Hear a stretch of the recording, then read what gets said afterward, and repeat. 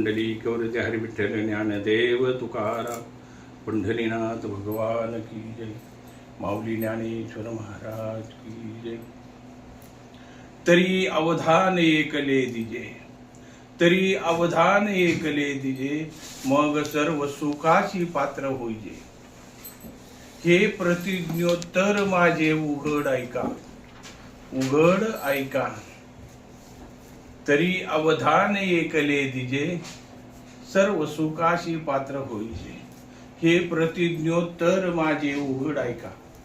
ज्ञानेश्वर माऊलींनी सांगितले, ह्या ओवीचा अर्थ असा सांगितलाय माऊलींनी, तुम्हाला सुख जर पाहिजे असेल तर मी सांगतो माझ्याकडे थोडस लक्ष द्या। काय लक्ष द्या? संतांनी सांगितले, संत सांगून गेले आधी दया निधी संत ते, संत ते पहा। जगन्नाथपुरी, जगन्नाथपुरी लाखा कोल्हाटी नावाचा, लाखा कोल्हाटी नावाचा एक कोल्हाटी होता। तो रोज रोज आपले बांबू आणि तंबू घेऊन जगन्नाथ महाराजांच्या समोर डोंबाऱ्याचा खेळ लावायचा, डोंबाऱ्याचा खेळ लावायचा। त्याला एकुलती एक मुलगी होती, सूर्यासारखी चंद्रिका, प्रकाशात सुद्धा तिची अंध मुलगी, आणि ती मुलगी तारेवरची कसरत करायची। जगन्नाथाच्या समोर दोरीवर चालायची। जेवढे पैसे मिळतील, जेवढी कमाई होईल तेवढी कमाई जगन्नाथ महाराजांच्या तिजोरीत, पेटीत, दान पेटीत नेऊन टाकायची, आणि जगन्नाथ महाराजांचा जो प्रसाद मिळत तो फक्त खायचे। असं आयुष्य चाललं, आयुष्य चाललं। सुखाची सावली त्यांना तिथंच वाटत होती, म्हणून ते फक्त डोंबाऱ्याचा खेळ करायचे।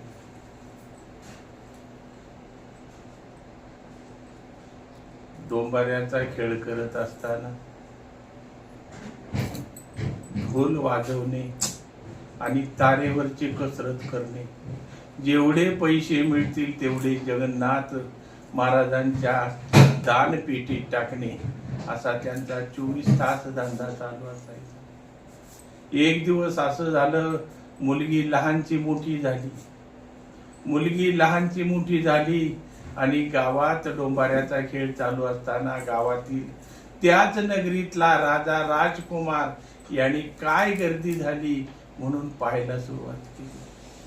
चंद्रासारखी, सूर्यासारखी चमकणारी मुलगी त्यांनी पाहिले, आणि त्याचं मन तिच्यावर गेलं, तिच्यावर गेलं, आणि त्याला वाटलं ही जर माझ्या बरोबर माझी पत्नी म्हणून राहिली तर मला खूप आनंद होईल। म्हणून त्यांनी तिच्याशी बोलणी करायला सुरुवात केली। बोलता बोलता काही दिवस गेले। एक दिवस डोंबाऱ्याची चंद्रिका तो घेऊन गेला। डोंबाऱ्याजवळून आपली मुलगी गेल्यानंतर तारेवरची कसरत बंद झाली, वाजवण्याचा ढोल बंद झाला। तापाने फणफणून आपल्या पोपटात झोपला, आपल्या पोपटात झोपला। देव त्या ठिकाणी आले, कोल्हाटी बाबा, ढोल आज वाजला नाही माझ्या समोर। त्यावेळी कोल्हाट्याने सांगितलं, अरे देवा पांडुरंगा, अरे तूच आमचा कैवारी आहेस। माझी मुलगी ह्या गावातील राजानी बायको म्हणून घेऊन गेला, आता ढोल कशासाठी वाजू आणि तारेवर कोण नाचणार? देवाला मोठा प्रश्न पडला। कोल्हाट्याने अन्न त्याग केला, अन्न त्याग केला, आणि आपल्या कोपीत झोपून राहिला। देवाला असं वाटलं, जर याला मदत नाही करावी, याला मदत नाही करावी तर हा फुकाट नाट्यावारी मरून जाईल, नाट्यावारी मरून जाईल। म्हणून देवाने आपल्या आई रुक्मिणीला सांगितलं, रुक्मिणी, अरे कोलाटी मरून जाईल. त्यांनी कोलाट्याचं रूप घेतलं.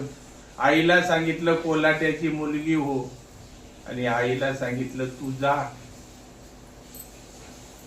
आणि तारेवरची कसरत तू कर, मी खाली ढोल वाजवतो.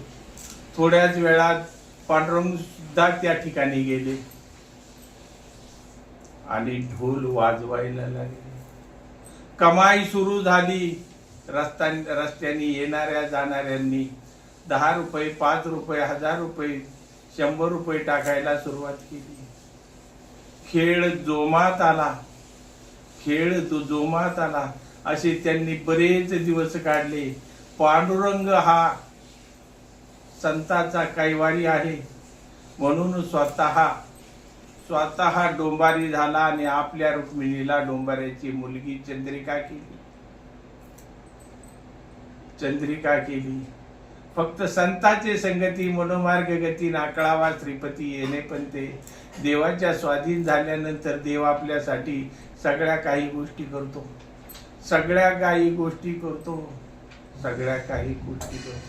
म्हणून माईबापांनो, संत सज्जनांनो, एकच जन्माला यावे, दास विठोबाचे व्हावे, नाही तरी काय थोडी स्वान सुखरे बापुडी.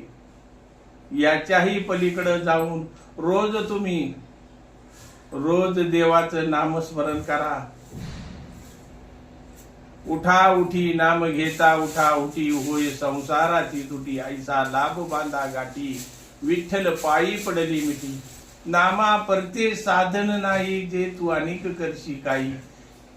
तुकाराम महाराजांच्या अभंगाप्रमाणे, तुकाराम महाराजांच्या पुराव्याप्रमाणे तुम्ही देवाची स्तुती करा, देवाचं भजन करा. नाही तरी तुम्हाला देह दिला भजना गोमटा, तो हा झाला फाटा बाधिकेचा. तुम्ही संताची वचन ऐका, संत सेवेत गुंतून राहा, तुमचं चांगलं होईल. रामकृष्ण हरी, रामकृष्ण हरी, रामकृष्ण हरी, रामकृष्ण हरी, रामकृष्ण हरी.